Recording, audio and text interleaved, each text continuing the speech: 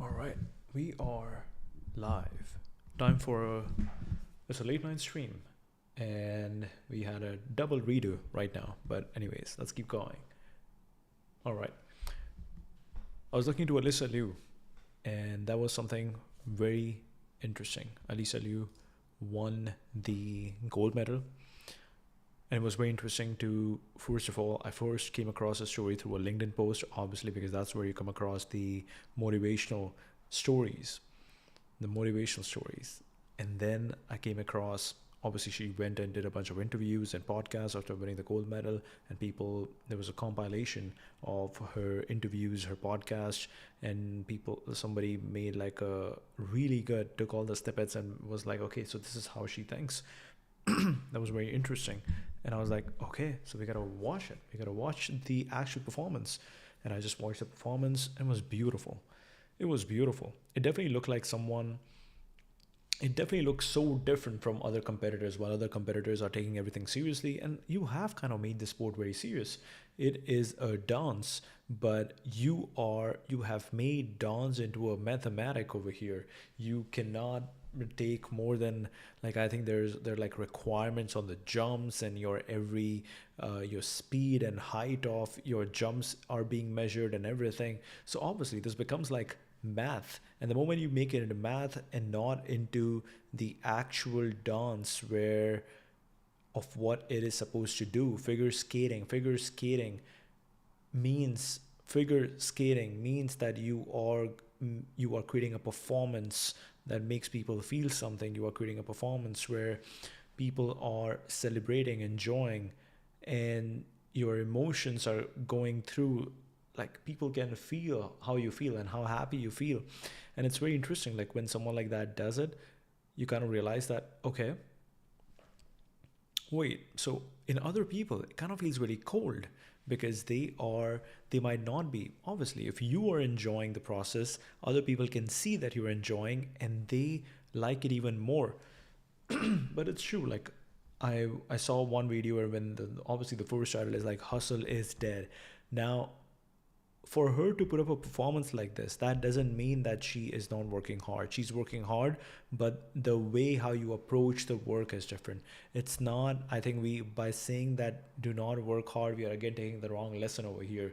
The goal is not that do not work hard. The goal is that take a lot of rest. Do things that, I think self-expression is a good word. She kept on repeating the self-expression part, that authenticity, self-expression, what truly comes to you. You have to anyway do the same thing, but what truly feels like you. Maybe lean more towards that and forget about the rules and traditions and people kind of imposing things on you. So I think this is very interesting. This is very interesting what's happening with Alisa Liu, the entire debate around her and the discussion around her, and some people going into the energy and manifestation and stuff like that. Again, you cannot just manifest a performance like this. You gotta work. You gotta work like that. But this is very interesting. Top quotes from Alisa Liu. Okay, you got the second name right. Last name right. Let's see. Alisa Liu. What else? I think the second person, the person who stood second, she seems to be, uh, her name is Kaori Sakamoto, and she seemed to be someone who, I have no idea, but she seemed to be like a reigning world champion, and she was really sad. I think she made one mistake. People were talking about it, like she was supposed to do a triple axel, but she did a double axel, something like that. And that one mistake led to her going for standing in second place. And then you had third place, who was a really little girl. She was 17. And it kind of shows that, wow, how young you are when you are, how young the competitors are in figure skating. And yeah, like at that point they don't have the ability to kind of control, uh or do the things how they want to do. They are pretty much there, like uh, Kaori Sakamoto. If she is 25 right now, and she's a 21 year career, she's a 21 year career experience in this sport. Only after she might have turned 20, she might have started really thinking about how she wants to do it. Before that was all about her coaches, her parents, and everybody who wanted her to keep doing it. But like 21 year basically means that she starts figure skating, or she started ice skating when she was 4 years old. Obviously, there's no way you know what you're doing. But it's very interesting how everything is imposed on you on the first entire 10 to 15 years of your life, and then only at the end you get the opportunity to enter into this era where you are like, okay, so I think I have kind of the fundamentals. I do have the fundamentals. I'm really good at the fundamentals. Now it's about the self-expression. Am I enjoying what I'm doing? And that's exactly what Alisa is talking a lot about over here, that in terms of nutrition, in terms of her program, the music, the dress, the routines, everything, she's like, I wanted to pick the things that I want to do. I think, again, very interesting. We love to struggle when we choose our struggle.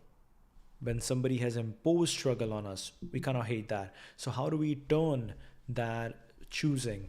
I think, again, like, you can do some mental tricks with your brain that, okay, I do have to do this hard thing. So instead of thinking that somebody's imposing this thing on me, why not just change and start thinking that, okay, I chose the struggle and now I want to do it and now I am enjoying it. She talks about detachment. Okay. Resonated widely, going viral across social media. You share a philosophy of connecting with everything while not being attached to anything, saying that approach makes things easier for her. On winning and losing, she reflected that winning isn't everything. Neither is losing. What truly matters is the input and the journey, not the outcome.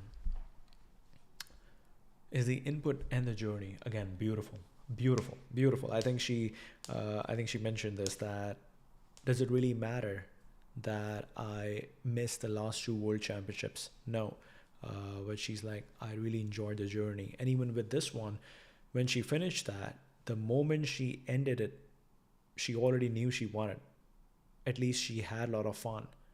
And that was much more important. On winning and losing, she reflected that winning isn't everything and neither is losing. What truly matters is the input and the journey, not the outcome. Or not needing a medal. Before she even completed, Liu said she didn't need a medal. She just wanted to be there and show people what she could do. On struggling, in a 60-minute interview, she said she actually loves struggling because it makes her feel alive. She loves struggling because it makes her feel alive. Winning isn't all that. Quotes are taking over social media, inspiring a new generation. On advice to her younger self, and asked what she would tell her younger self, she said she wouldn't tell her anything because that younger version of herself would figure things out on her own and she wouldn't change a thing. On her competition goal, in a lighter moment, she told reporters her main goal for the competition was simply to mog. Daily dot. I think mogging is becoming a very interesting word. People are like frame mogging and intellectual mogging, brain mogging. On nerves, she explained that even if she messed up and had a horrible program, she would be completely fine with it. So there was nothing to be nervous about. I think program is a very weird word. You should call it routine. You should call it performance. Program. Program sounds very weird. Program sounds like it's a corporate training manual. It's not a corporate training manual. On nerves, on joy during competition, she described being at peak happiness while on the ice, saying nothing could bring her higher than that moment. Again, beautiful. Let's see. Olympics has a website. Yes, I'm happy. Panda alert. Takeouts. Women's halfpipe final. Riku. Mikai. Shaidorov. Alisa Liu.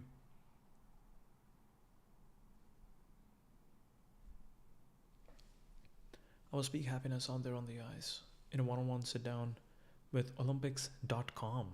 Huh. With Olympics.com. Wait, is Olympics.com not Olympics? Olympics.com. Oh, Olympics.com is not Olympics. Very interesting. The new Olympic champion in figure skating discusses her unique perspective of how her Time away from skating shaped her and much more. The charismatic 20-year-old who appears to float above Olympic pressure as she glides across the ice says what she's most excited about being a gold medalist is the platform it gives her. I get to share my art on the world's biggest stage, and so what's not to be happy about? But as the global audience has gotten to know Liu in the hours following her sparkling win, Milano Cortina, fascination around her mental and emotional approach has grown. How a figure skater facing the world stage with an Olympic medal on the line delivers so seemingly calmly. I was peak happiness when I was out there on the ice. Nothing could bring me higher than that. 4 American women had claimed the Olympic figure skating titles, and Sarah Hughes did so at Salt Lake City 2002. Hughes, among other Olympic legends, was inside Milano ice skating arena. I am grateful to pass that title to you. A nod to the American streak now snapped. I'm honored to be held in the same space, and I just hope that I can be just as influential. Very cool. And it seems like for figure skating, you have like 13 days of events.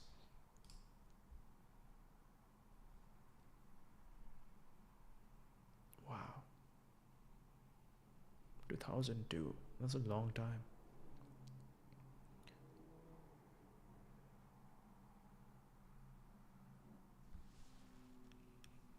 Improve over the next few years, placing third at the US Championships and fifth at the World Championships in 2000. She was not considered a favorite in the 2002 Winter Olympics, that role going to her teammate Michelle Kwan. Kwan led after the short program, but she struggled a bit in the free skate, placing third. She moved up to win the free skate and the gold medal like most Olympic championships. Champions used did not turn professional and skate in ice shows but returned for the 2002-03 season. She never formally retired. She entered Yale in the fall and graduated in 2009 with a degree in American Studies, but never skated competitively after 2003. Wow, I'm really curious.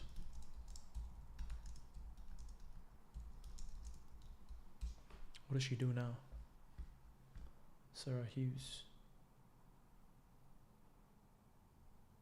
Pretty different path from many Olympic champions. Enrolled at Yale University, graduated in 2009 with a degree in American Studies. University of Pennsylvania Law School. Became a lawyer working in legal and policy roles. Public service and sports governance. She has been involved with organizations related to sports policy and Olympic governance. Ivy League graduate lawyer, public service and sports policy involvement. Briefcase and policy rooms. Really cool. What does she tell about her career after skating?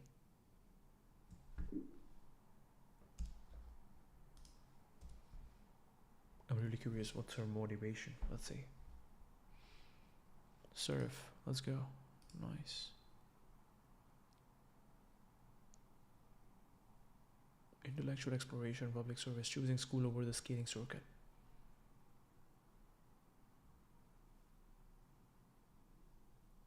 Explored the world beyond competitive skating. Instead of staying in the spotlight, she enrolled in Yale. Skating had been her whole life since childhood. College was an opportunity to discover new interests and build a different identity. Again, this is very interesting. You gotta have a normal childhood, because if you, again, I think it's cool that you go into figure skating, you pick this one sport and you go all in into that. But if you go all in, if that's all your identity is, then when you get into, then you kind of forget that you never lived a normal life like other people. Yeah, it's again interesting. People who live normal life want to live this extreme life, and people who live this extreme life wants to live the normal life. It's the dichotomy of life. Opportunity to discover new interests and build different identities. She enjoyed stepping away from the constant pressure of competition, discovering law and policy.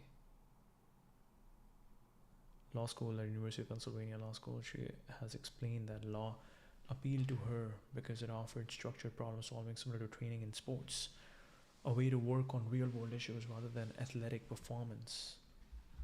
Real world issues. She wanted to work on real world issues. Okay. Legal and policy work. Elite athletes eventually have to build a second life. I think it's also interesting, like how elite athletes sometimes go into VC and private equity. And we know a couple of private equity firms who hire a bunch of these elite athletes from Yale.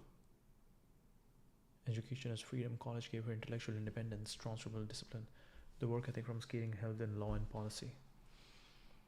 Was a spotlight stage, but the next act of her life moved into quieter rooms where ideas, policy, and law shaped the world behind the screen.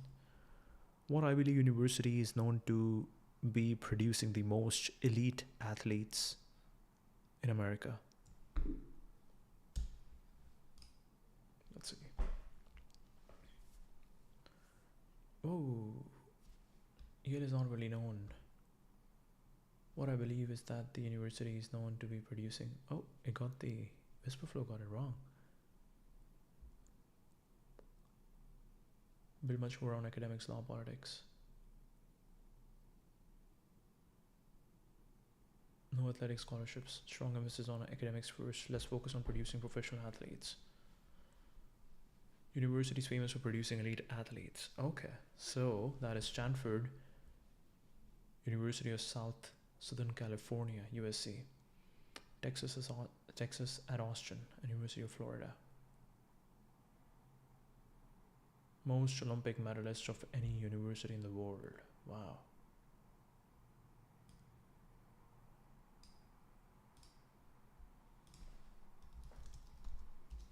Blessed them.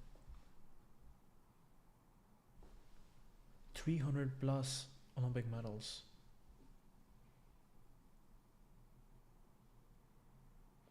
Swimming, athletics, water polo, rowing, gymnastics, dozens of Olympic champions. Famous athletes include Katie. Katie is swimmer.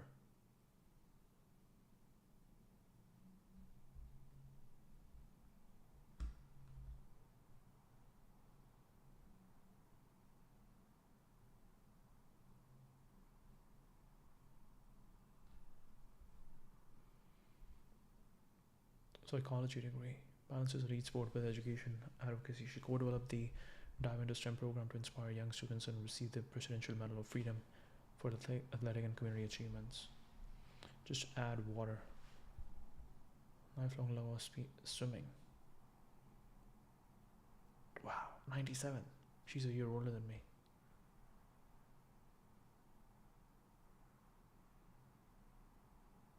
In Paris, she became the first swimmer to win the same individual event at 4 consecutive games. Really cool. Simone Manuel. Swimming again. A fellow Stanford athlete known by her nickname Swimone. Swimone. Equity in sports, a blend of athletic excellence and social leadership has cemented her as a transformative figure in American swimming. Really cool. We got Ryan Murphy. I think Ryan Murphy is again a swimmer.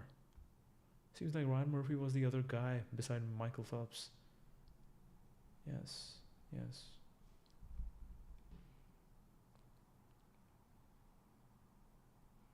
He's been a cornerstone of Team USA since 2016. Most decorated backstrokers in history. Palace Heights, Illinois. 6'3". Wow.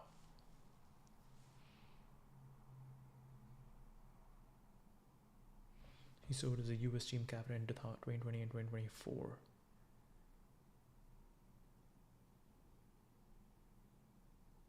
Won over 20 medals at World Aquatics events. Water safety, youth swimming education. He co-owns a swim school in Florida and participates in clinics and speaking engagements that promote drowning prevention and athletic development.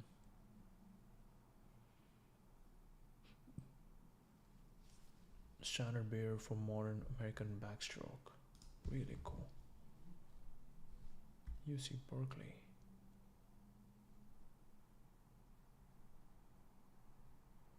You got Alison Felix. That's track.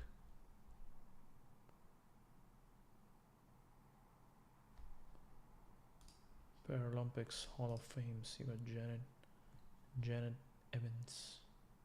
Swimmer. This is super old. Okay. Really cool.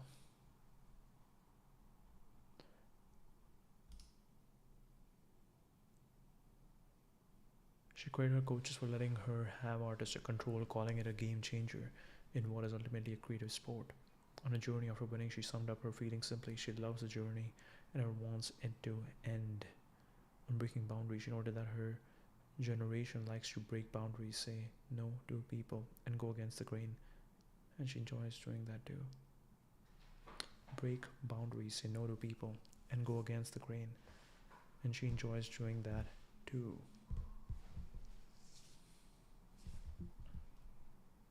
Really cool. I'm also really into Hans Zimmer quotes. Hans Zimmer has made some of the most beautiful music, especially for F1. The F1 music is really good. And then obviously we got Interstellar, obviously we got the Dune, but this one is really cool. He said he wants to write music that announces to you that you can. I don't know why. Why can Claude give me straight quotes? He said he wants to write music that announces to you that you can feel something, not to tell you what to feel, but to give you the possibility of feeling something. Feeling something on boldness. He believes you can only make a good noise on the guitar if you're committed. That little careful noise doesn't work, and you have to be bold.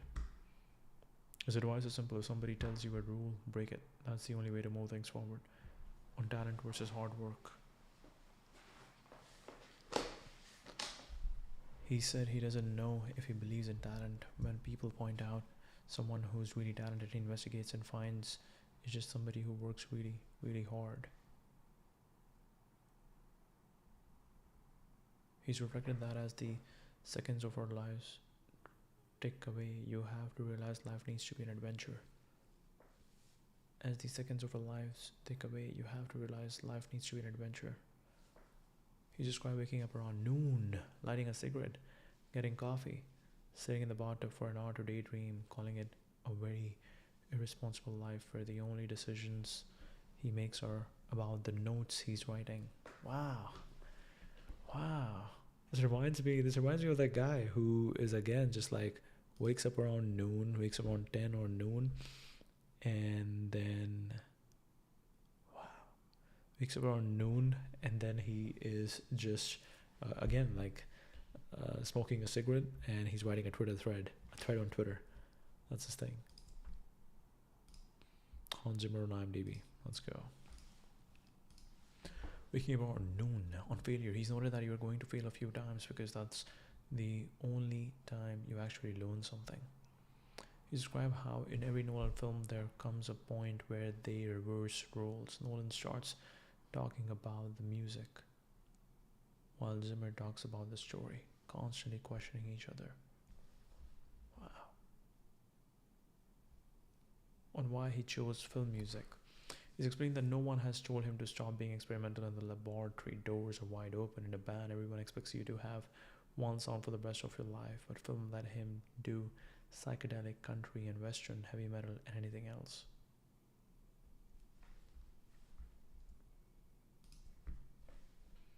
On music's role in film, he said that if you talk to any director, they will say music is 50% of the movie.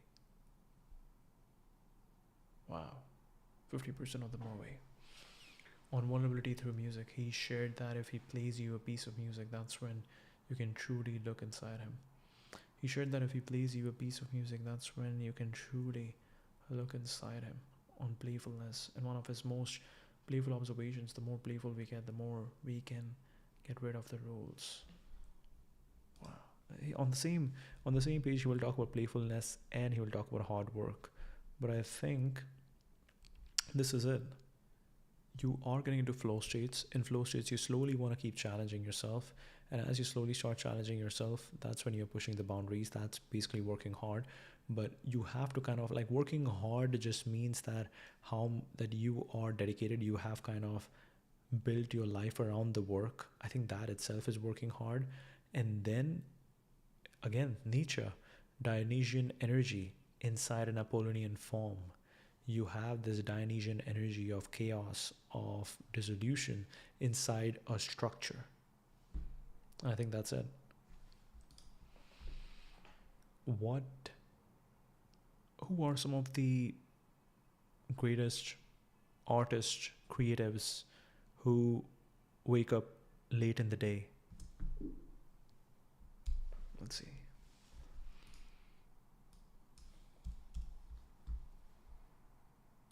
I am curious. Let's see.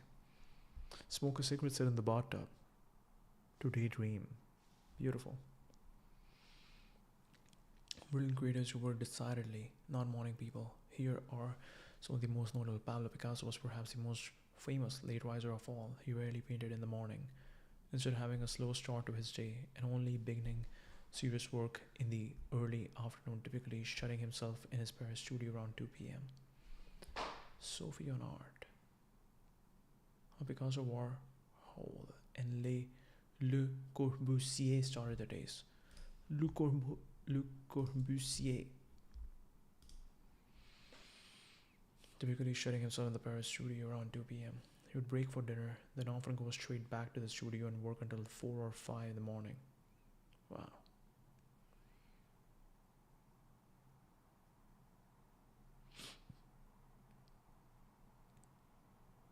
His biographer, John Richardson, estimated he made about 3 objects a day, every day, for his entire working life. He made about 3 objects a day, every day, for his entire working life. Willem de Kooning was never a morning person. As a young man, he would wake reluctantly around 10 or 11 a.m. After marrying fellow artist Elaine Freed, the couple continued to wake late, drinking coffee with milk. They kept on window ledge before getting to work in their shared studio. Wow. From Andy Warhol to Louis Bourgeois, Philip Guston worked through entire nights and came to bed only once the sun rose. His daughter recalled him waking up around the time she came home from school, finding him at the kitchen table nursing a hangover with black coffee.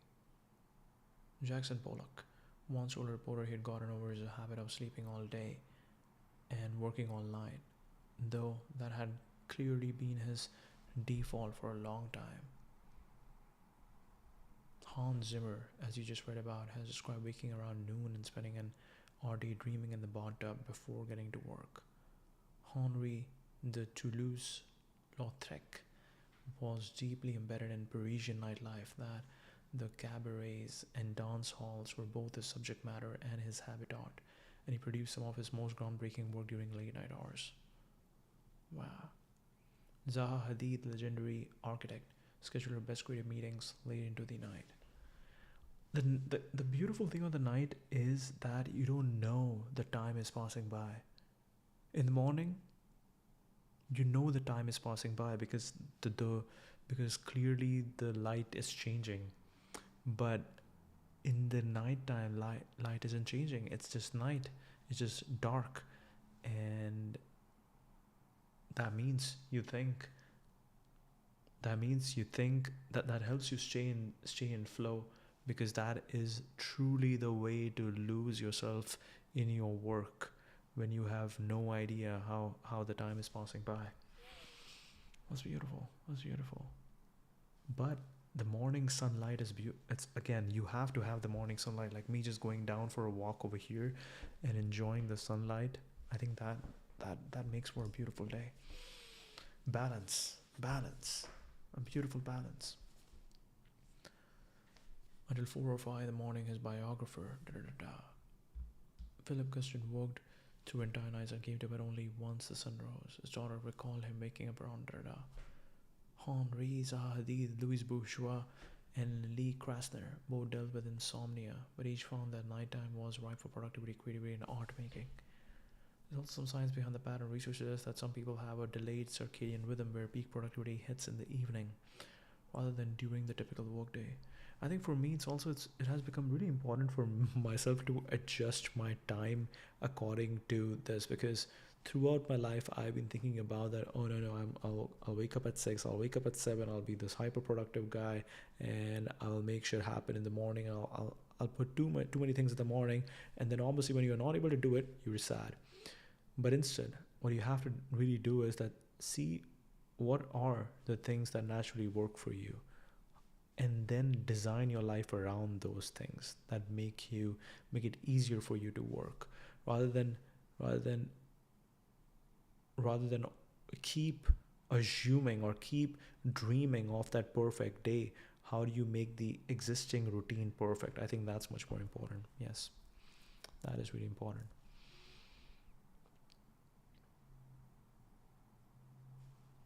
And some studies indicate it might actually boost creativity to work when we are tired, because the brain processes inside problems differently in a fatigued state. Very interesting. Some people have a delayed circadian rhythm where peak productivity hits in the evening rather than during the typical workday, and some studies indicate it might actually boost creativity to work when we are tired, because the brain processes inside problems differently in a fatigued state. That said, not every great creative was a night owl. George O'Keeffe, Claude Monet, Juan Miro, and Francis Bacon were all famously early risers. The real through line seems to be less about when you wake up and more about finding the rhythm that lets you access your deepest creative focus. Deepest creative focus. And it definitely doesn't come from scheduling meetings. Some people really love meetings, but that definitely doesn't, meetings definitely isn't the solution. Salvador Dali, let's go. Salvador Dali. Surrealist painter in bed.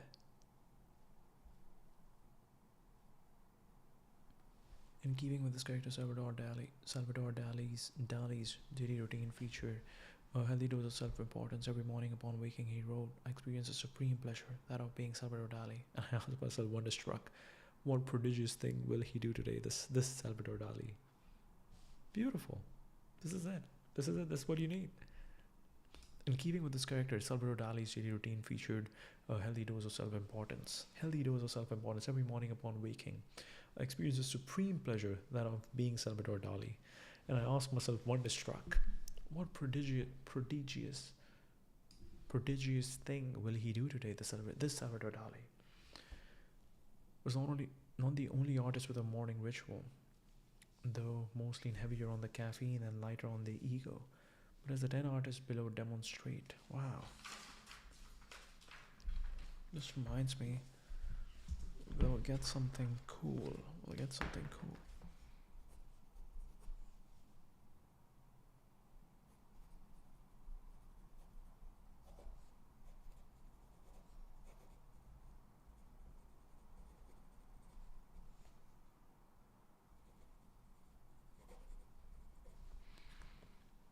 Having a nice pen is really important. Having a nice pen is really, really important.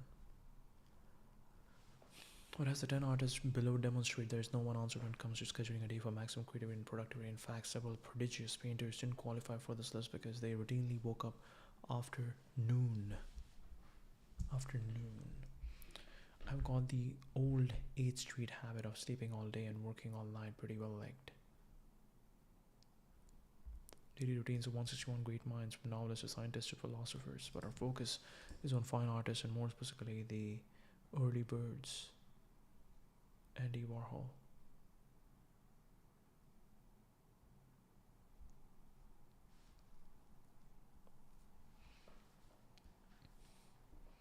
Had a phone call with his friend Pat Hackett around 9 a.m. to dictate the previous day's events. The conversations were originally intended to create a careful record of the artist's expenses. The Internal Revenue Service audited his business each year beginning in 72, but they eventually became the basis of the Andy Warhol Diaries, an independent memoir of the pop powerhouse and Hackett.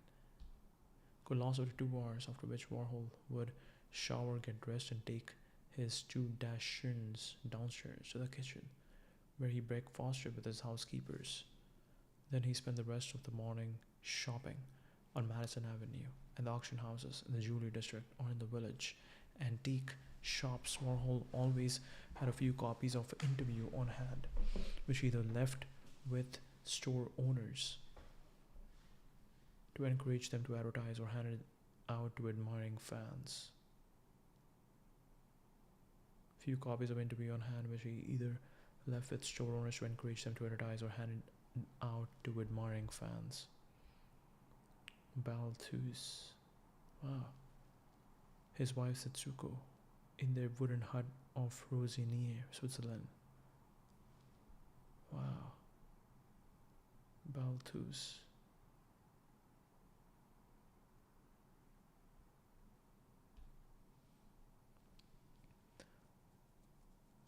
The eccentric painter sent a telegram that were no biographical details. Begin, Balthus is a painter of whom nothing is known. Now let us look at the pictures. Regards. B. Balthus is a painter of whom nothing is known. Wow. Wow. He was slightly more forthcoming by his 80s. The series of anecdotes he related to French journalist Alain Vircondelet during the final years of his life, woven together for a 2002 memoir, allows to reconstruct his morning routine. Enormous Swiss chalet with cat servants and his second wife. Each morning he sat down for breakfast around 9:30 a.m. After reading the mail, he scrutinized the quality of the sunlight to decide whether or not he would paint that day. Assuming the light was right in the late morning or early afternoon, he walked, or later in life was pushed in a wheelchair by his wife, to his studio in a nearby village. Before getting to work, he said a prayer and meditated for several hours in front of an unfinished painting, smoking all the while. I intuitively understood that smoking doubled my faculty of concentration, allowing me to be entirely within a canvas. I intuitively understood that smoking doubled my faculty of concentration, allowing me to be entirely within a canvas. Robert Rauschenberg. Matt Hall, hired by Robert Rauschenberg in 1903 to manage the artist's Florida property, recalled him waking up each morning and eating a nice, healthy breakfast. He would take his vitamins, then drink an espresso. Oh my God. He would have a double espresso. I'd be climbing the wall and was getting him kick-started. The centerpiece of Rauschenberg's morning routine, however, was The Young and the Restless, which he watched religiously. Soap operas and other television programs played constantly in his studio. He was very much a TV person. I think that was obviously for visual stimulation. The American artist was an insatiable consumer of images, from newspaper clippings to glossy magazine pages, and would bring them together in the influential assemblage he dubbed combines. Chris O'Feely, Turner Prize winning YBA, left Britain for Trinidad in 2005, and in the years leading up to the movie, unknowingly developed a strict working routine. I never realized I was so set in my ways until now. But I guess I have tons of rules. His London studio was divided between a center stage where he tackled his large collaged oil paintings and a separate corner for watercolors and drawings. Who arrived each morning between 9 and 10 a.m. began his day in that corner space. After tearing up a large sheet of paper into 8 equal pieces, he would loosen up by making abstract marks with his pencil. Then he would move on to watercolor, painting a different African person's head on each sheet. The artist refers to these works as his Afro-muses. Each piece took between 5 and 15 minutes. Some days he completed just one, and on others he finished as many as 10. Eventually, these watercolors, 181 of them made over a decade, became the basis of an exhibition at the Studio Museum in Harlem. Louise Bourgeois. Jean-François Jossod. Louise Bourgeois was very habitual, according to a longtime assistant, Jerry Gorovoy. Each morning the artist woke up and drank a cup of tea with some jelly straight out of the jar. Afterwards, he explained she would have a bit of a sugar high and be ready to roll. Gorovoy picked her up from her Chelsea Row house at 10, and together the pair would drive to her Brooklyn studio. A former blue jeans factory, it was later torn down to make room for the Barclays Center. This routine was so entrenched that Bourgeois created an artwork entitled 10 a.m. is when you come to me. 10 a.m. is when you come to me, featuring tracings of her and Gorovi's hands. Bourgeois demanded silence and solitude in his studio. The least noise would upset her. The artist generally spent the morning engaged in more physical activities such as preparing for welders and other technical assistance. After lunch, she would draw for several hours, allowing her to recuperate slightly so she could get back to sculpting later in the day. N.C. White. One more step, Mr. Hans, said I. I'll blow your brains out.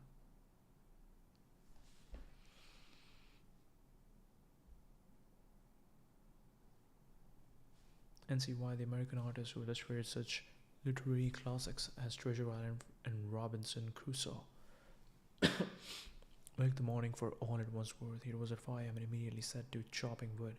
He put down the axe around 6:30, at which point he would devour a full breakfast of grapefruit, pancakes, eggs, and coffee. As he waited for the food to settle, he would head up the hill to his Pennsylvania studio and compose a letter or two. Often he mailed them right then and there, driving his station wagon to the post office and dropping by on a painting student or two during the return trip. When it was time to get to work, the artist threw on his smock, lit his pipe, and began to paint. White generally worked fast, sometimes completing an entire painting in just a few hours if he was stuck. However, he would tape a small piece of cardboard to the side of his glasses to block out the view through his studio's large north window. If he forgot to remove the cardboard when he paused for lunch, his family knew the work that day was slow going.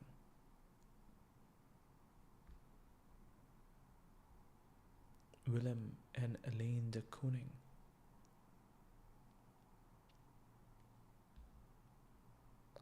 Never a morning person. As a young man, he would wake reluctantly around 10 or 11 a.m. and immediately gulp down several cups of strong coffee. He then proceeded to paint the day away, pausing only for dinner or a visit from friends.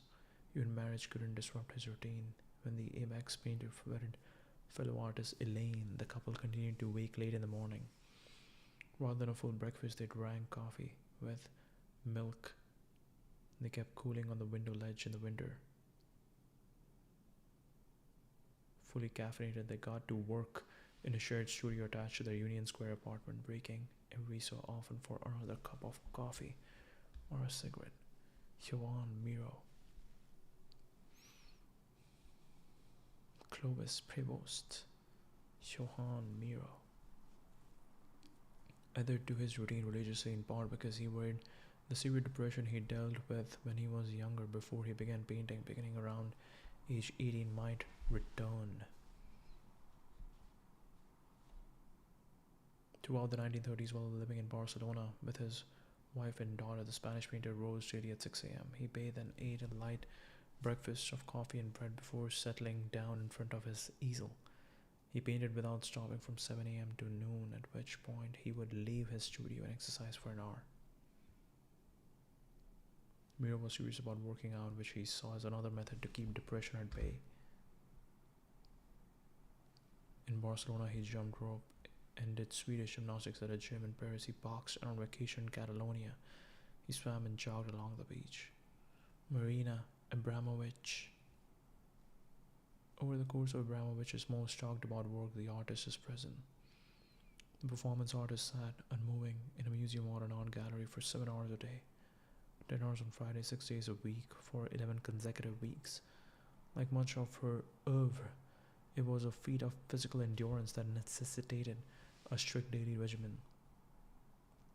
One of her most pressing challenges was to remain sufficiently hydrated, since she did not eat or drink during the performance. Abramovich ended up, by the way, today we did a beautiful cold plunge and sauna session.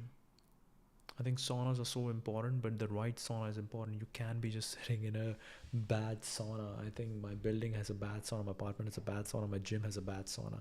But this new sauna that we're going to, it's a hit. And that's it. Sauna, cold plunge, beautiful work. Abramovich ended up adopting a nighttime routine in which she woke up every 45 minutes to drink a small glass of water. She rose at 6:30 a.m. each day of the show's run. At 7 a.m. she had her final drink of water.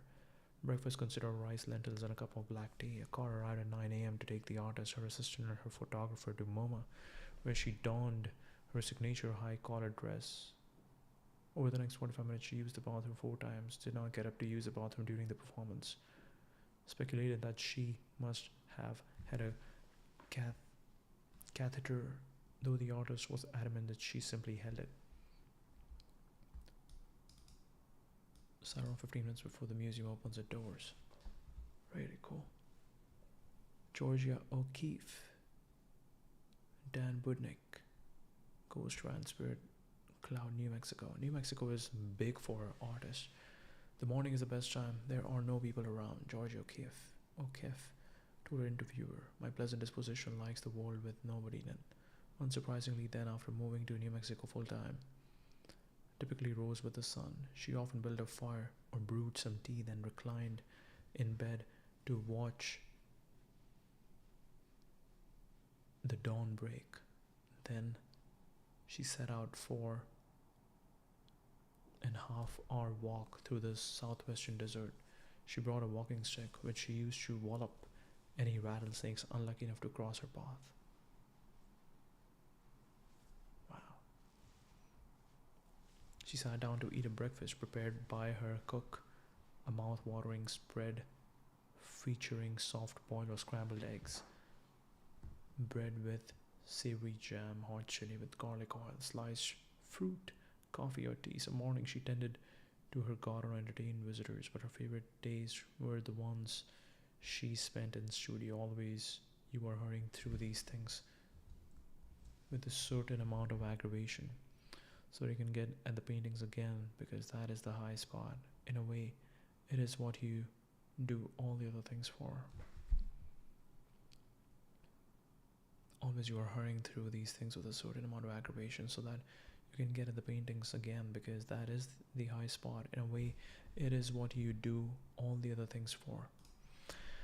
I'm really excited. If we just keep going. If we just keep going and keep adding more and more art, I think we're going to do something incredibly beautiful.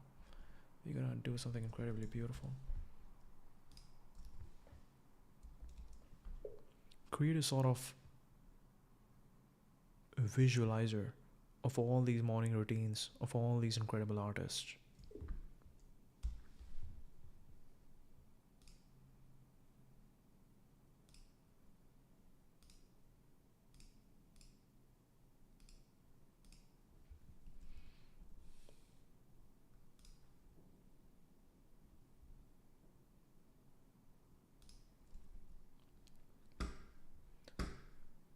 Creating an early morning persons, night owls, strict routine, eccentric habits,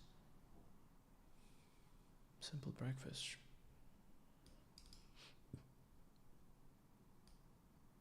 More about aligning herself with the rhythms of the natural world, which in turn deeply informed her work. Often walked alone through the desert landscape. Sometimes she encountered wildlife, including rattlesnakes. She kept as mementos Ludwig Beethoven. He rose at dawn and prepared his coffee with care, counting out exactly 60 coffee beans per cup. For Beethoven, it was part of setting the stage for a productive day of composing. Then he woke through the morning, believing the earliest hours were his most fertile creative time. His day typically continued with a long walk before midday.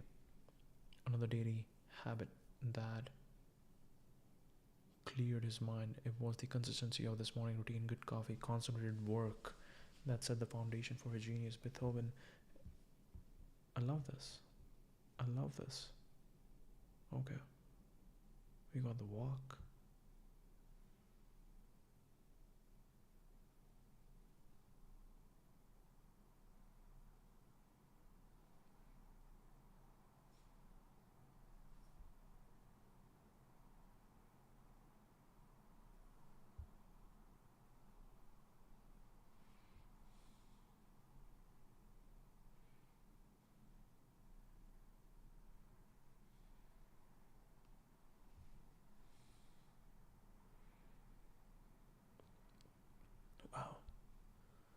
Really excited, really excited.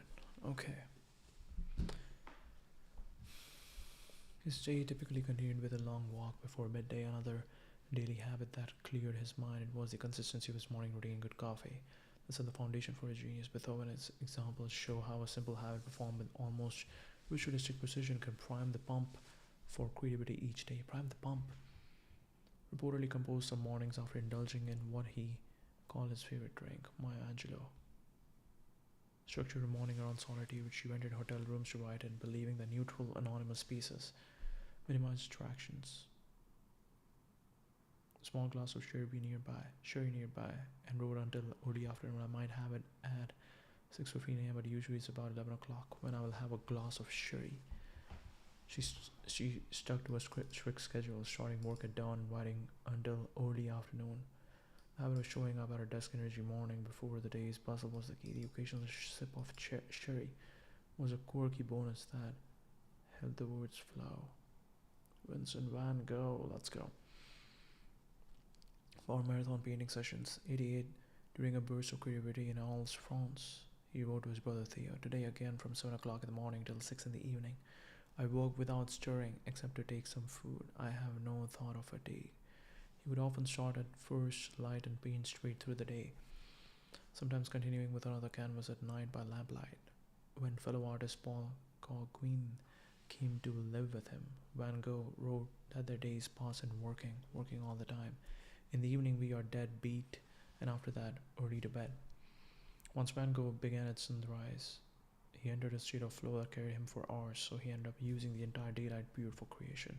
While such intensity is unsustainable for everyone, Van Gogh's routine demonstrates the creative momentum that an early start can impart. Haruki Murakami, yes, he used to run and write.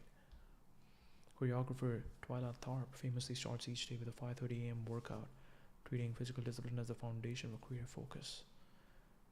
Murakami keeps a strict early morning routine for creativity, waking at 4 a.m. to write for several uninterrupted hours before turning to physical exercise. Art is creating after sunset.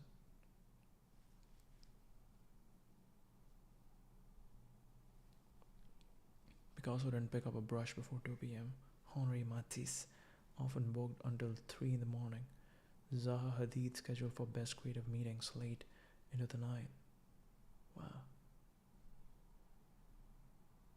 For these artists, real work began when the rest of the world shut down, when the noise of the day faded, and the mind could roam. Instead of forcing early starts, they saved their energy for when it naturally surged, turning late hours into the most powerful creative windows. If your ideas come alive after sunset, trust it, and claim your nights as your real prime time. Pablo Picasso. I'm curious, what did you do? Let's go. Let's go. Let's go. Beautiful work. Oh my god. Sun, desert walk. Morning routines of 10 extraordinary artists. This is beautiful.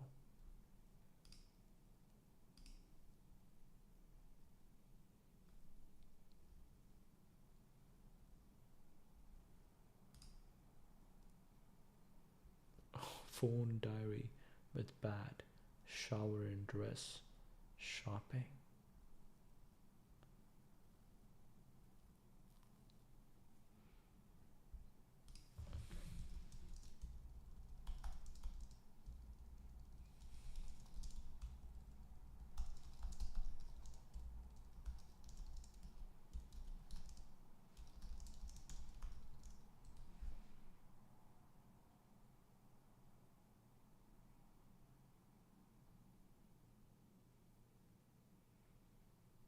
Ooh, this isn't working right now.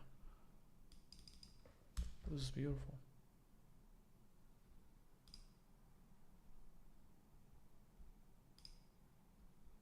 Arrive at MoMA.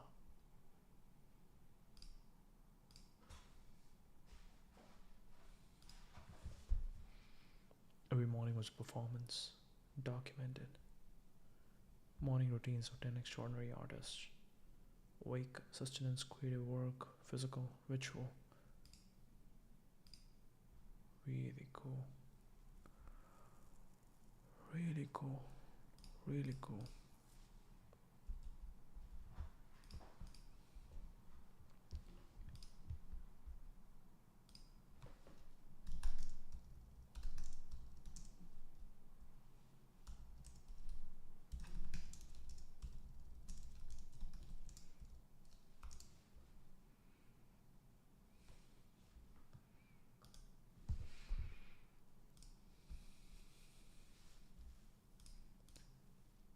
It's really cool. Picasso. He went to bed in the wee hours and woke up late. He rarely even ever painted in the morning. Instead, Picasso would have a slow start to his day. He would have a slow start to his day. Only began serious work in the early afternoon. At his Paris studio, he reportedly shut himself by 2 p.m.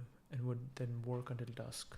Mornings were left for sleeping and eating or dealing with personal matters, while the real creative action kicked off later.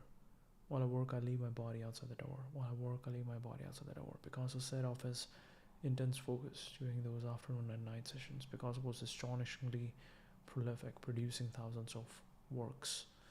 He created a schedule aligned to his personal rhythm, starting when inspiration struck.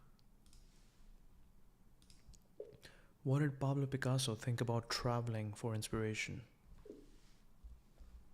I'm curious.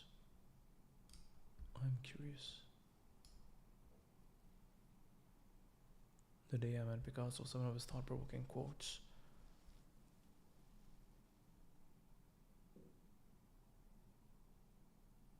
His life was essentially one long answer to the question, told through action rather than words. What Picasso did say repeatedly was about how inspiration works in general. His most famous line on the subject, inspiration exists, but it has to find you working.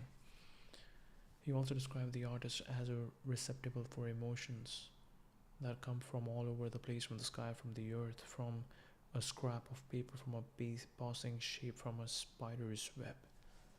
Receptacle for emotions that come from all over the place. That openness to absorbing everything around him is really the key to understanding how place shaped his work. And place shaped it enormously between 04 and 04, frequently between Madrid, Paris, and Barcelona, and his restless period produced what critics call his the blue period.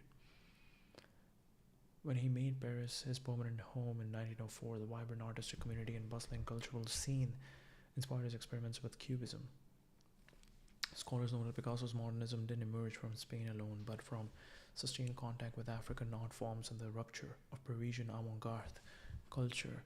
Landscape mediated Picasso's perception of the world throughout his entire career and jumpstarted his creative evolution, serving as a catalyst for formal experimentation, including early Cubism as an interface between humankind and nature.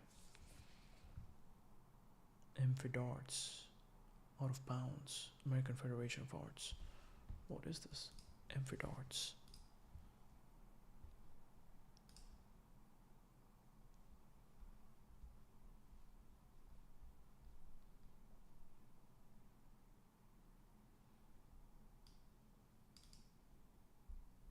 A vital through line in a career devoted to the vicissitudes of 20th century life.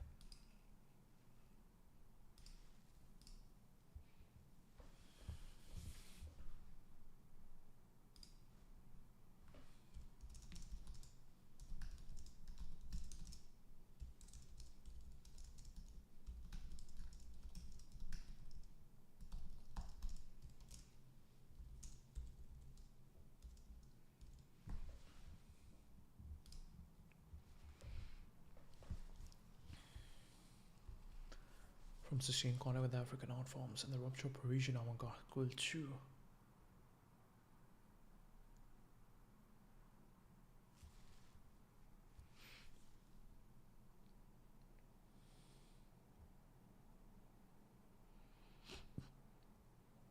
Catalyst for formal experimentation, including early Cubism as an interface between humankind and nature. An exhibition devoted to his landscapes describe how the genre charted Picasso's changing sense of place over decades of travel and relocation.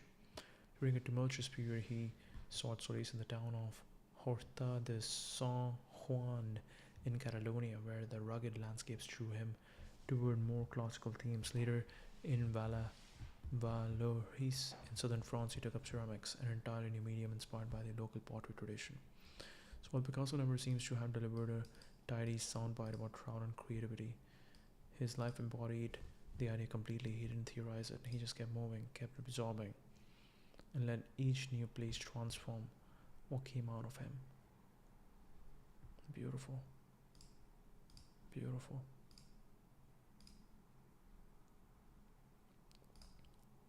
Mornings were left for sleeping in, eating, or dealing with personal matters, while the real creative action kicked off later. While I work, I leave my body outside the door. Picasso set off his intense focus. During those afternoon and night sessions, Picasso was astonishingly prolific, producing thousands of works. He created a schedule aligned to his personal rhythm, starting when inspiration struck. Starting when inspiration struck. Wow. You can make so many changes just looking at how these guys operate.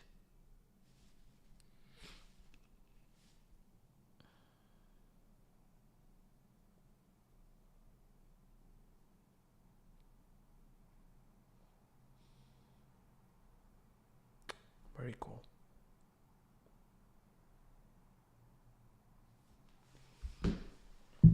Henri Matisse. Matisse's lifestyle was also more à la lark, though extremely disciplined in his work ethic. He often began his work around 1 or 2 p.m. and continued well into the night. Accounts note that Matisse might paint from afternoon until 10 at night, having a late dinner, then keep working past midnight, sometimes until 3 a.m.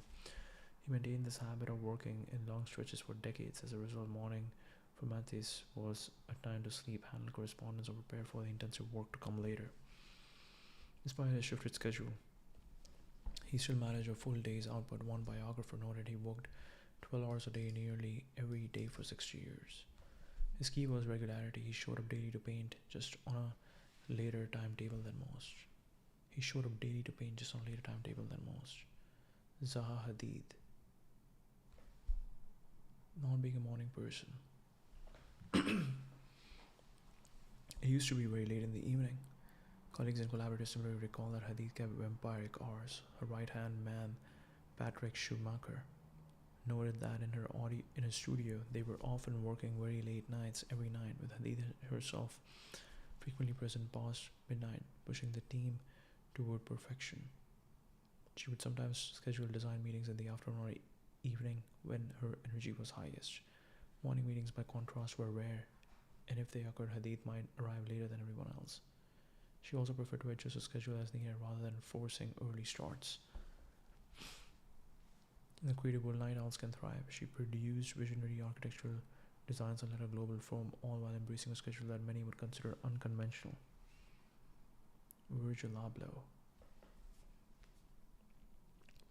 A more contemporary example of an unorthodox schedule. Multidisciplinary creative. Morning was everywhere and anywhere. He operated in a non-stop mode that defied traditional routines. It's well documented that he survived on about 4 hours of sleep per night and took roughly 300 flights per year to manage his various projects.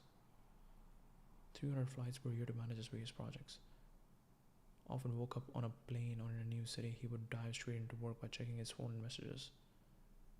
He had no fixed office or desk at all. Everywhere is an office for him, as long as he had a charged phone.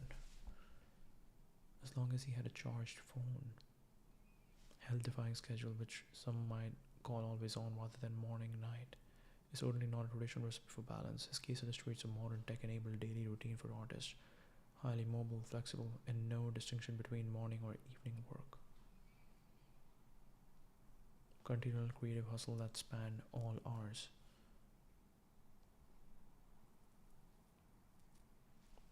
Fixed schedule routine every morning, whether for an hour or several, to get themselves into the creative zone.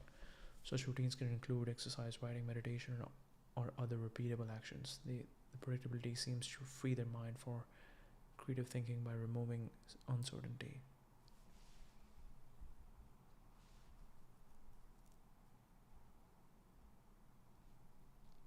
Le Corbusier. Le Corbusier famously maintained a rigid daily schedule throughout his career. He woke up at 6 a.m. sharp immediately after rising and performed 45 minutes of calisthenics to get the blood flowing. He would bring his wife a morning coffee in bed. 8 a.m. he joined her for breakfast. Under lunch was devoted entirely to personal creative work. Painting, drawing, writing, sketching, or our architectural ideas in a studio. He considered these private morning hours sacrosanct and the most fertile part of his day. In fact, even though the artwork he created in the mornings often had no direct relation to his architectural projects, Le Corbusier credited those morning art sessions for his success in architecture. Wow.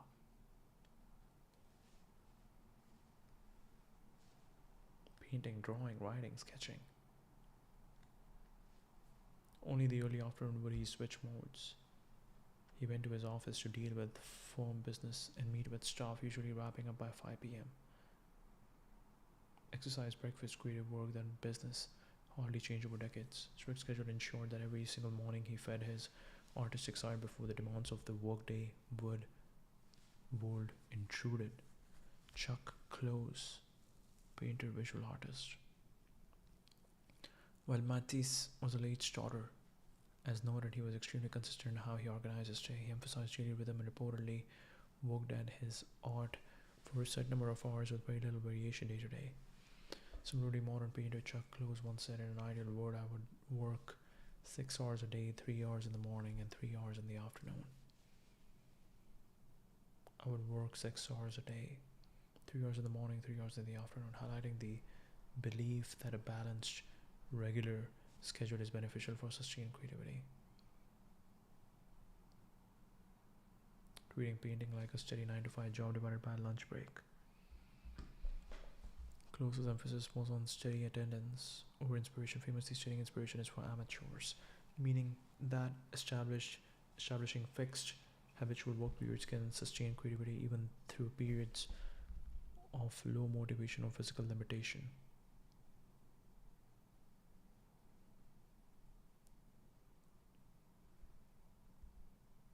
Bertral, Wikimedia Commons. David Martin, David Martin, Victor Hugo relied on strict schedules maintained by Valley, using tight morning discipline to ensure consistent writing output. Benjamin Franklin began his mornings by asking himself, what good should I do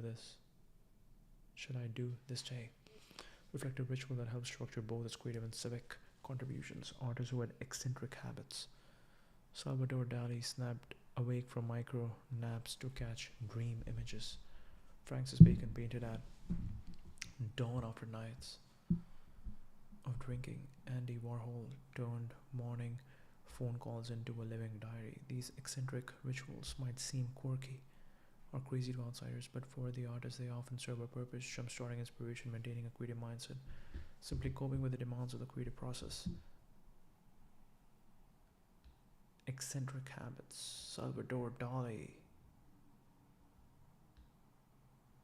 Harnessing inspiration was as surreal as his art. He practiced what he called the slumber with a key technique to catch ideas from the border of sleep. Dali would sit upright in a chair in the afternoon morning when drowsy, holding a heavy metal key between his fingers or a plate. As he drifted off, the key would slip from his hand and clatter onto the plate, waking him up immediately. In that split second of micro sleep, Dali found himself in a hypnagogic state, the twilight between waking and dreaming, often filled with imaginative visions. Upon waking, after literally a second or two of dozing, he would instantly sketch or note any images that had flashed in his mind. Peculiar napping trick as a creative hack. Simple nap into a tool for artistic ideation.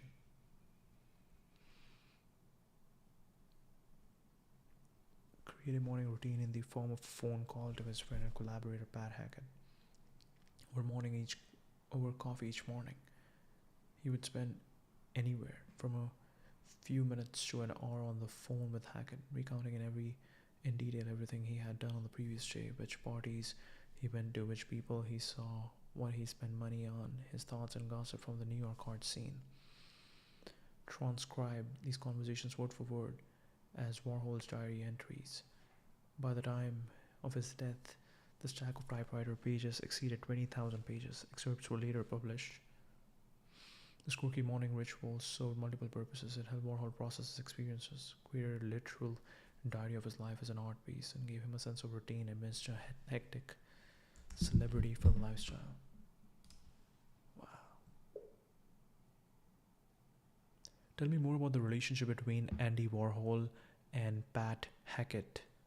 Was Andy Warhol paying him anything? Wow, I got the spellings right. Pat Hackett. The morning call that became a 20,000 page artwork.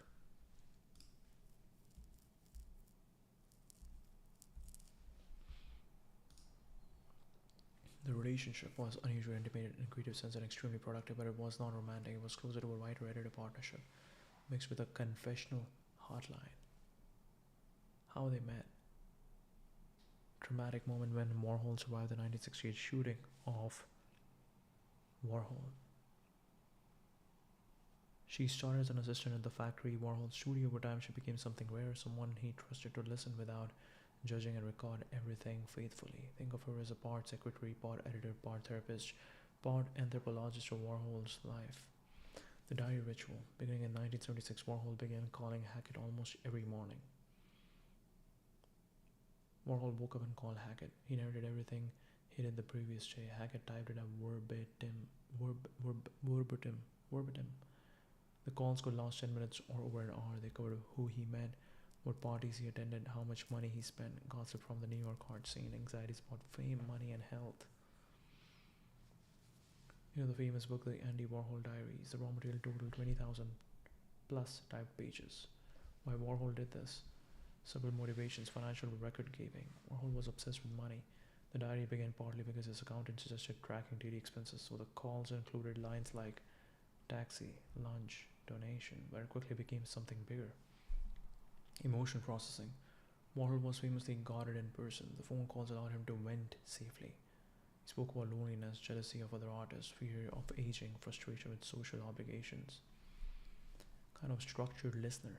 Self-documentation. Warhol was obsessed with recording life as art. He already used Polaroids, tape recorders, film, television. The diary was simply another medium. Polaroids, tape recorders, film, television. His life became a continuous art project. Was Warhol using Pat Hackett? It's tempting to, not using, I said paying. But the reality is more balanced. He got emotional outlet, archival documentation, someone to organize his life narrative. She gained long-term employment, creative partnership, authorship credit on the diaries, major literary recognition. Without Hackett, the diaries probably wouldn't exist. She shaped the final text heavily. What the diaries reveal about Warhol. The diaries show a very different Warhol than the public image. Public Warhol, cool, detached, ironic. Diary Warhol, anxious, financially meticulous, socially observant, surprisingly vulnerable. He worried constantly about money, fame fading, health, friendships. Man quietly narrating his own life into a telephone receiver, a sudden artistic move. Making money is art and working is art. Making money is art and working is art. And in a sense, the diary is performance art stretched across a decade. Daily life becomes the canvas, conversation becomes the brush.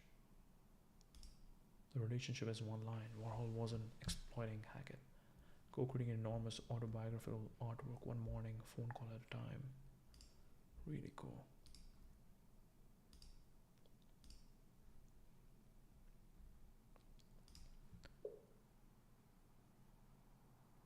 Tell me about Warhol's quotes on money, fame fading, health, and friendships.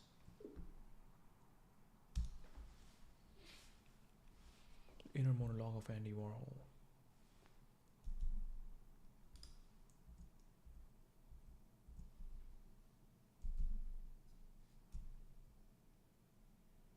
Through the daily phone calls that became the annual diaries, revealed a much more anxious and reflective voice than the cool pop art persona.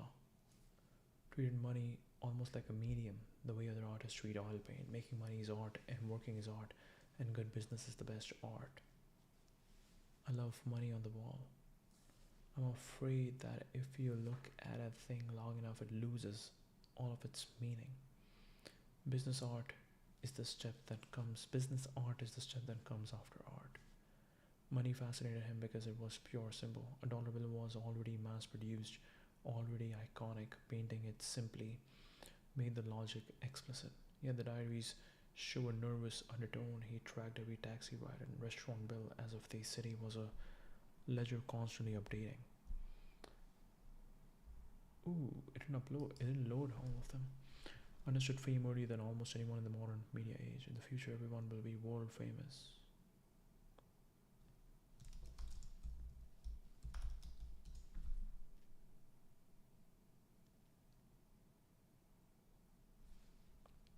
For 15 minutes. In the future, everyone will be world famous for 15 minutes, but the diaries show he wasn't celebrating fame, he was studying the mechanics. Being famous is like being in a restaurant where everyone is staring at you. He often treated fame like a strange social experiment, something intoxicating but slightly alien. One more line that captures his ambivalence. If everybody isn't a beauty, then nobody is. Democratize celebrity. If everyone can be famous, fame loses its hierarchy. That idea quietly predicted Instagram culture decades early, fading health. Intensely aware of his body's fragility, the shooting left him permanently scarred and dependent on a surgical corset. His diaries are full of anxiety and about hospitals and aging. A revealing line, I always think I'm going to die. Another moment of dark humor, I never fall apart because I never fall together. His relationship with health was paradoxical. He lived in glamorous nightlife circles but constantly worried about collapse and less mortality. The diary sometimes read like a man quietly counting his remaining days. Quietly counting his remaining days. Friendships were famously complicated. He surrounded himself with the people at the factory, yet he often felt distant from them. A brutally honest line, I think everybody should like everybody. It sounds innocent, but it reflects his discomfort with conflict. Another more cynical observation, I always notice that relationships between people often feel more like an observer of friendships than a participant in them. One line that captures his loneliness, I like being alone with someone. He preferred parallel companionship, two people in the same room doing different things. Almost like social minimalism. Money, symbols of value. Fame, symbols of identity. Health, fragility of the body. Friendship, distance between people.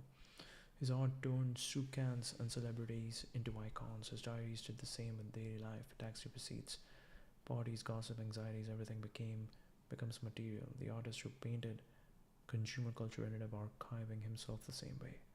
Life is a giant ledger of moments if you want. Da, da, da.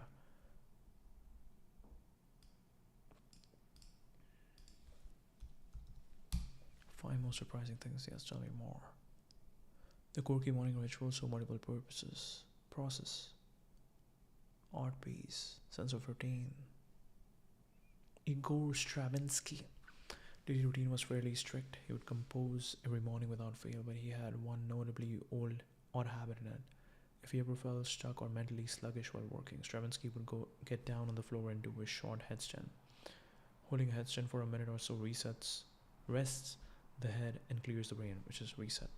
This inversion rushes blood to the head, perhaps giving a literal rush of oxygen, and when he came back upright, he often felt mentally refreshed.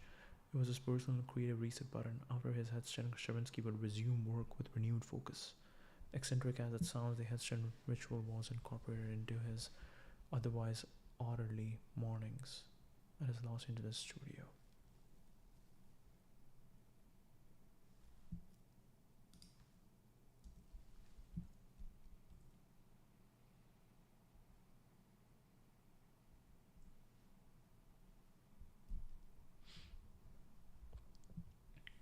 Pat Hackett,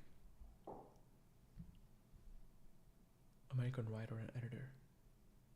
Wow.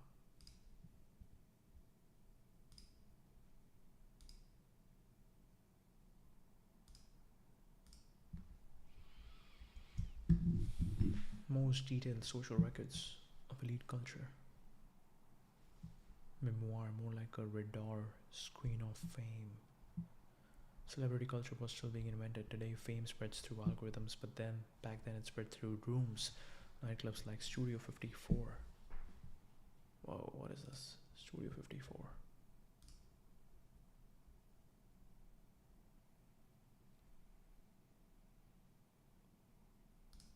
Midtown Manhattan. What happened to it? Decline. Imprisoned for skimming profits and tax evasion, marking the end of the club's golden age. This magic faded. The venue later hosted Broadway productions. Unrestrained nightlife. Cultural impact.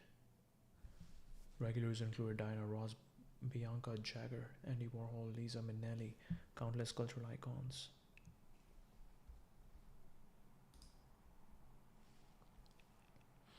Were the physical engines of celebrity.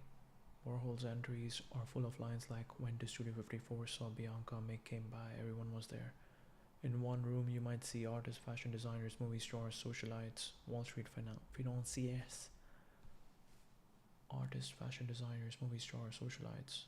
These rooms were basically analog versions of social media feeds. If you weren't there, you didn't exist. Money and art were merging. Warhol's New York shows the moment when art became a financial asset class. Collectors were no longer just aristocrats, they included real estate developers, fashion executives, investment bankers. Warhol often recorded dinners where the conversation oscillated between paintings, gossip, stock markets, real estate deals. The modern art market economy was quietly forming. Everyone was networking constantly. The diaries revealed something fascinating. Almost every dinner or party was strategic. Warhol's social life looked glamorous, but it functioned like a continuous networking machine. Paintings, gossip, stock markets, real estate deals. Looked glamorous, but it functioned like a continuous networking machine. Example, Pat in the day, lunch with a collector, gallery opening, fashion event, nightclub, after party. Repeat the next night. The art world was essentially a circulating salon system. Ideas, gossip, and deals moved through these rooms like electricity. Lunch with a collector, gallery opening, fashion event, nightclub, after party. Fame came with anxiety. One of the most human surprises in the diaries is how insecure celebrities were. Losing relevance, getting older, critics, younger artists replacing them. The glamorous surface hid a lot of quiet panic. Fame in Warhol's world behaved like a volatile currency. Its value could rise or collapse overnight. Despite being the center of the scene, Warhol often writes like an anthropologist. He noticed who sat with whom, who ignored whom, who arrived late, who left early. Every social life almost like data collection. You could say Warhol ran a kind of human analytics system decades before social media metrics. He tracked invitations, appearances, conversations, strained realization. Warhol predicted a world where everyone documents their life. Celebrities democratize, social status spreads through networks, everyday moments become public content, which is basically Instagram, TikTok, influencer culture.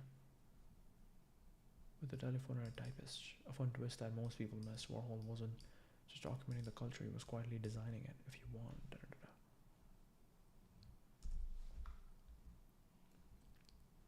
da. Unconventional his approach to work-life balance. Notorious bon vivant, good alive. He would stay out late drinking and carousing in London's Soho, often until 3 or 4 a.m. Yet without fail, he forced himself to wake up around 6 a.m. to paint even if he was hungover. His mind was clearest in the raw early hours after only a short, sometimes drunken sleep. Stopping point by midday. Only then would he allow himself breakfast, or more typically, head out to his favorite cafe or bar to meet friends and begin a day of socializing.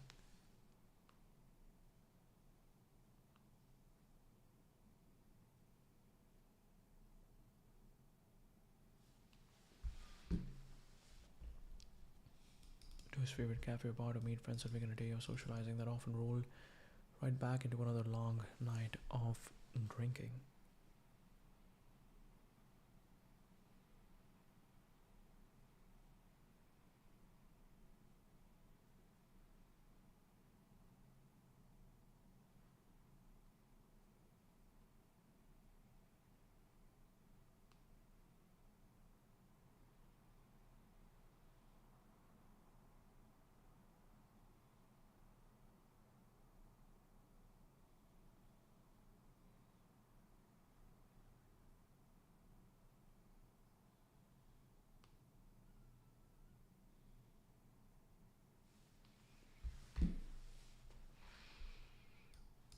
He joked that he lived off champagne for real pain as a hangover cure, yet this punishing routine produced some of the 20th century's most powerful paintings. Out of his favorite cafe or bar to meet friends and begin a day of socializing that often rolled back into another long night of drinking. The cycle repeated daily. He joked that he lived off champagne for real pain as a hangover cure, yet this punishing routine produced some of the 20th century's most powerful paintings. Woke at dawn to work. After a late night of partying, he would wake up at 6 a.m. to paint for several hours in the morning light. What's weird can also be one's unique formula. In Bacon's case, the mix of lingering intoxication, exhaustion, and morning solitude somehow fueled the chaotic emotive energy of his art. The mix of lingering intoxication, exhaustion, and morning solitude somehow fueled the chaotic emotive energy of his art.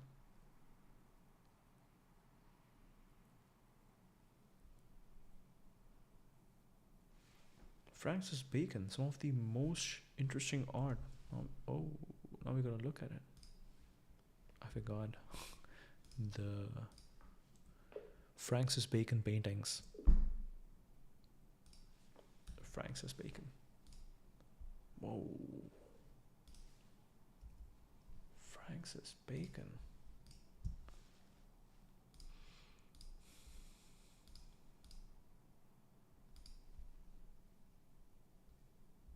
I saw something wild. This is very, very interesting what he's painting.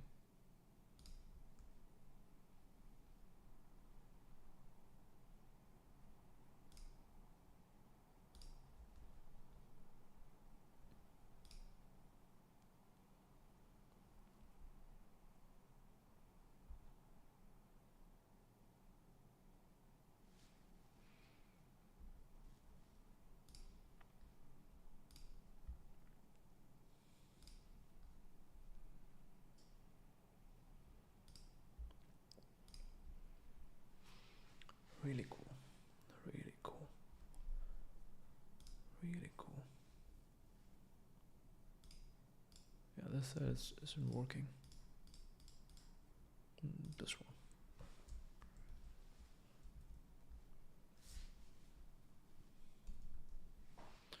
London Soho, often until 3 or 4 a.m. He forced himself to wake up around 6. Buckminster Fuller.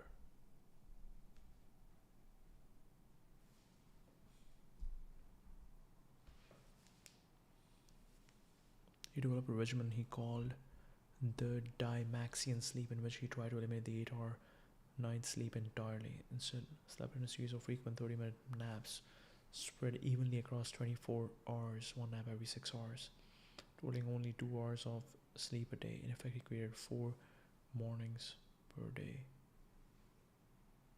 Fresh morning for him, he would immediately jump back into work on his designs and writings. Remarkably, claim he kept this up for about 2 years. Go to sleep in 30 seconds, set flat by sheer force of will, as if he had an off switch in his head. He could appear to fall asleep. Fuller reported feeling energetic on this polyphasic sleep schedule and enjoy the extra productivity. He thought society's division on day-night was inefficient. It's pretty cool, pretty cool. Like, you are basically saying that, yeah, you want to fit 2 days within the same day. And to quit the Dymaxian sleep because it conflicted too much with the rest of the world's schedules. The most eccentric routine modifications any creative had attempted. Balthus, the French Polish painter Balthus, structured his morning in a spiritually infused manner that was quite out of step with the modern world. Very gentle morning routine. He would wake up Simple breakfast around 9:30, then spend time studying the quality of the morning light outside. Observing nature's light told him, if you will paint today, essentially whether conditions and his mindset were right for progress. Late morning, if inspired, he would slowly make his way into his studio. Practice was to begin each painting session with a prayer and then hours of quiet meditation in front of the canvas. Sometimes he might sit for an entire morning in contemplative silence, not adding a single brush stroke if he did not feel it was right. He often smoked continuously during this meditation. I've always painted while smoking. It allows me to be entirely within a canvas. Nothing that a cigarette between his lips somehow doubled his concentration. Only after a period of prayerful focus would he begin to paint, that too very deliberately. Treat painting almost like a monastic ritual. His morning was about creating the mental and spiritual space for art to happen. Mental and spiritual space for art to happen. Really cool. Really cool. Wow. Morning routines are definitely not a thing, but definitely it's very interesting to look at the morning routines of artists because they are designing things based on what gives them the most edge, if you have to use the word edge. This is beautiful. Edge, or what sounds the most natural to them. So is there a path to success hidden in these creative morning routines? Examining the creative morning routines and not through morning routines of artists reveals that there is no single formula. Find your peak creative time. Crack of dawn. Honor your natural rhythm if you can. When you personally feel most creative or alert, structure your day around that. Consistency and routine can fuel productivity. Many artists benefited from a consistent daily schedule or rituals. The specific activities in a routine, coffee, walk, reading the newspaper, matter less than the fact that they are regular. Routines reduce decision fatigue and resistance. When something becomes habit, you just do it. I write only when inspiration strikes. Fortunately, it hits. It strikes every morning at 9 o'clock sharp. Consistency and routine. Start with inspiration or reflection. Filling the artist's mind with the right fuel. Writing in a journal, reading something uplifting, meditating, praying, or simply sitting quietly.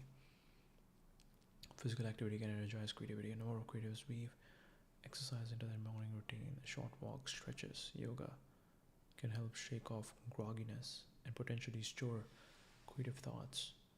Nutrition and odd nourishment. Coffee appears again and again. Beethoven, with his 60 beans back, supposedly loved coffee so much he wrote a coffee cantata. Maya Angelou, morning cherry. Philosopher Kant, single week cup of tea, then walked exactly 1 hour, having a favorite morning drink on breakfast ritual can act as a comforting anchor.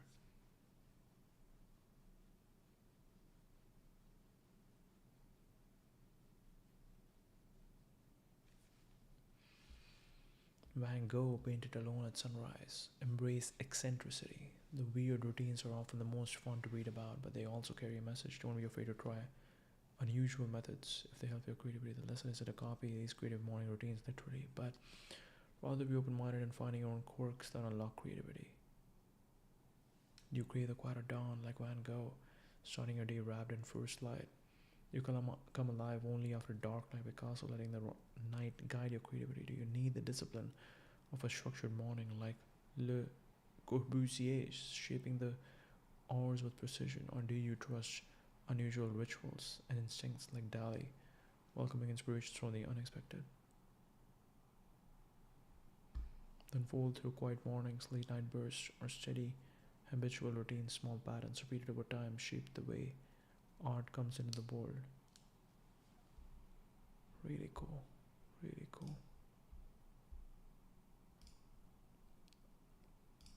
I'm thinking one day it would be cool to do a 24-hour stream. That would be like a marathon kind of style. 24-hour stream. I just keep going. And I just have my food over here and I take maybe like just a little bit of break. Or maybe we just keep going. We cook over here while we are doing it. Yeah. That would be really cool. Always try to challenge my process because that's fun. You always want to try to invent a slightly new way of sneaking up on the beast because it is a beast. It is a huge big thing. I'm a rock and roller, and I'll always be a rock and roller. That's where I come from. It's a sound of anarchy that I love. Ideas are fragile when you first come up with them. It's so easy for people to put you off your track. I'm trying to do something extraordinary, trying to tell a story in an extraordinary way.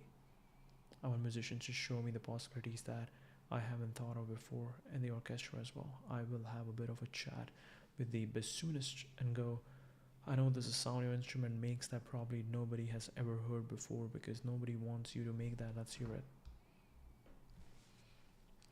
No one has told me to stop being experimental, and the laboratory doors are wide open. My scores couldn't be more different in style. That's why I got into film music. If you were in a band, you have a sound and everybody expects you to have that down for the rest of your life. I couldn't do that. What if I wanted to do psychedelic, country, and western, heavy metal? Nobody would let me. Film lets you tell a story. The whole process of working with a director, talking about story, all these half-finished things which inspire a different direction. I mean, Interstellar is a good example in that none of the pieces in Interstellar actually have a lost chord because there was always, they would get to a certain stage of ideas and execution, and Chris Nolan and I would be talking and we would get another idea. Oh, let's try this, let's go over here. So it's process. Process is the greatest thing. There's the old joke, mommy, when I grow up, I want to become a musician. Mother goes, oh sweetheart, you can do both. I think I very much live that. I don't see what I do as work. It's such a strange life being a film composer because you are not living in reality at all. You're forever in the dream world that a movie is. My grasp of every reality is actually very bad. One of the reasons I needed to leave my old band and get into film was because if you are in a band, the best conversation you are ever going to have is probably about what new guitar the guitarist is going to buy or whatever. When you're working with filmmakers, you're suddenly being introduced to paintings, suddenly being introduced to literature that you hadn't read. One is perfect process in working with directors. I like it being collaborative. It goes the other way around as well. There comes a certain point in every single movie that Chris and I have done together where we somehow reverse the conversation, where he's talking more about the music and I'm talking more about the story. We've taken on each other's roles in a funny way. We're questioning each other constantly. Sometimes directors get out of the way and I like that less. One of my favorite moments working on Hannibal and why I love doing what I do is when Ridley had come back from the shoot again. Somehow these things work best Sunday nights. 11 o'clock at night, we are in the cutting room and there's a frame on the screen of a tear running down Clarice's cheek. And I'm saying, well, she's in love with him. And Ridley's going, no, it's a tear of disgust. And Pietro Scalia, I can't remember, but he was saying something else. And it started to become this very heated argument. So much so that we are sort of standing and we are like shouting at each other, no, is this? And I had one of those weird out of body, the camera pulls back moments, and I'm thinking, wow, what a great life. The three grown men arguing about the meaning of a tear on a woman's face. What a great life. Three grown men arguing about the meaning of a tear on a woman's face. It was great, yes. I want to be in that life. I want to be in that company, people being passionate about things. I just love the adventure of what I do. Chris gave me this watch, and on the back it says, this is no time for caution. And I think that's how I live my life. That's how we made that movie, and that's how I want to approach everything. It's an adventure, it's a journey. This is no time for caution. It's just fantastic to be part of it. I always had this rule every morning when I wake up. I ask myself, do I want to go to the studio and make music? And all the directors I work with know that day I go, whoa, don't want to do it anymore, I will stop. Every morning is the same thing. I wake up with an idea, I wake up with a sound, I wake up with the possibility to play with somebody. Sunday at the Grammys, being surrounded by all these musicians, running into all these musicians, seeing Herbie Hancock and going, hey, you've never done anything together, let's go and do something. So my future already of just that one day of hanging out with all these talented people making plans of the great unwritten, unimprovised, unperformed, whatever it is. How can you say no? It's an extraordinary great life that I'm living. When I was 6, my mother said she knew I love music and she knew I was making a noise on the piano. She said, "Do you want a piano teacher?" to me. What the question meant was if I wanted somebody who could help me figure out how to get that stuff that was going on in my head into my fingers. Instead, it was somebody who made me play other people's music and do exercises that I didn't want to play other people's music. So plus, I think I was born with a healthy disdain of authority, which is not a good thing if you are in Germany. The honest truth is that it was just traumatizing with the piano, with the authority of the piano teacher getting wrapped across the knuckles. And so whenever you put a piece of music in front of me, there's a Pavlovian reaction where it starts off. The eyes go weird, right? On getting up very late every day, I get all my good ideas thought of at 1 o'clock in the morning.